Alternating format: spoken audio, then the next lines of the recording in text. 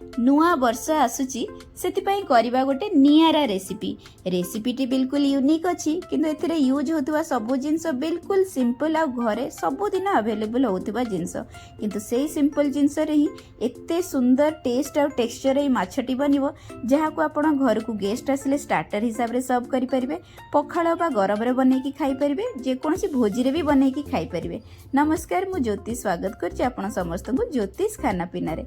एठी देखंतु मु नेइछि पंफ्रेट माछ बड़ साइज रो माछ जेहेतु अछि मु ताको काटिकी पीस पीस करिकी नेइछि। एटा ब्लैक कलर पंफ्रेट अछि। हाँ पंफ्रेट रो दीटा कलर आसे ब्लैक और व्हाइट टा टिके छोटो छोटो भी थाए और ब्लैक पंफ्रेट टिके बड़ साइज रो थाए।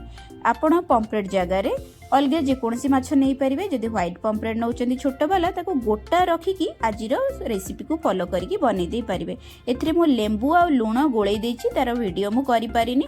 लेंबू लूण गोळै की 15 ରୁ 20 मिनिट आको छाडी दबा तापर गोटे मसला बनैबा।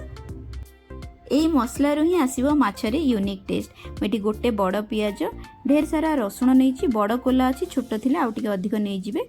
राग खाइबा हिसाब रे कंचा लंका अध इंच एठी अदा देछि अदाटा कम देबे। गोटे चामच जीरा अध चामच दे देली गोलमरिच आ एथिरे आमे दे देबा धनिया पत्र बिल्कुल मुठे धनिया पत्र मु एठी पकेछि टिके अधिक करी धनिया पत्रटा दबा। एठी बास्ना बहुत भलो आसीबे पई भुरसा पत्र भी मु एथिरे पकेछि। एठी तेंतुली दउछि खट्टा पई खट्टाटा जेमती हेले दरकार से फ्लेवरटा आसीबो। तेंतुली को आगरु जदि टिके पानी रे भिजेकी रखी नेबे तेंतुलीटा भलो से बाटी हबो। मु भिजेबा को भूल जाईथिली तो सेमिति ही बाटुची। मसला रे हमें पानी दबानी बिल्कुल सेमिति ही बाटीबा। तेंतुली नथिले आपण लेंबू रस भी देकी बाटी परिबे। पियाज और धनिया पत्र जेतिकी पानी थाए सेथिरे मसलाटी हमर आराम से बाटी हिजबो। टिके खदड़िया करिकी मु मसलाटा को बाटीची। एथिरे एबे लूण देकी आको गोळै नबा। आगुरु भी आमे माछरे लेंबू लूण पकेचे से हिसाब रे आपण एथिरे लूण देबे। आ आकु कोट करिया पई मसला को कोट करिया पई मु एठी नउची चाउळ गुंड जगह रे आपण बेसन बा मैदा नै परिबे और सेथिरे 4-5 चम्मच कॉर्नफ्लावर पकेइ देबे किबा आपण ब्रेड क्रम्स भी यूज करि परिबे। एठी मु लूण आ चिली फ्लेक्स पकोची आपण लंका गुंड भी पकेइ पारंते नहले खाली लूण रे भी एटा करि परिबे।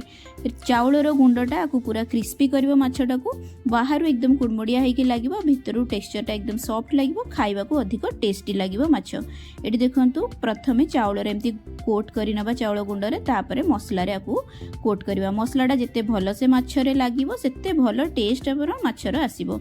रेगुलर माछ तरकारी भजा आ माछ बेसर तो आपण सब बेले करके खाउथिबे। गोटे थरा एई प्रोसेस रे माछ को भाजी की देखंतु निज मन पसंद रो जे कोनसी माछ रे भी आपण आकु करके खाइ परिबे। आशा करछि रेसिपीटी आपण को पसंद आसीबो। रेसिपी आजिरो भलो लागुथिले वीडियोटी को लाइक करबा को बिल्कुल भूलिबेनी। एई भडी सब रेसिपी देखिबा पई ज्योतिष खाना पीना को सब्सक्राइब कर देबे। मु आउरी भी भलो भलो इजी आ टेस्टी रेसिपी आपण पई नै कि आसीबी। माछ सब को कोट करनेला पर आकु आमे भाजीबा। मु भाजुची आपण चाहिला को छाणी भी परिबे एयर फ्राई करि परिबे बेक करि परिबे जेमिति आपणकर विश।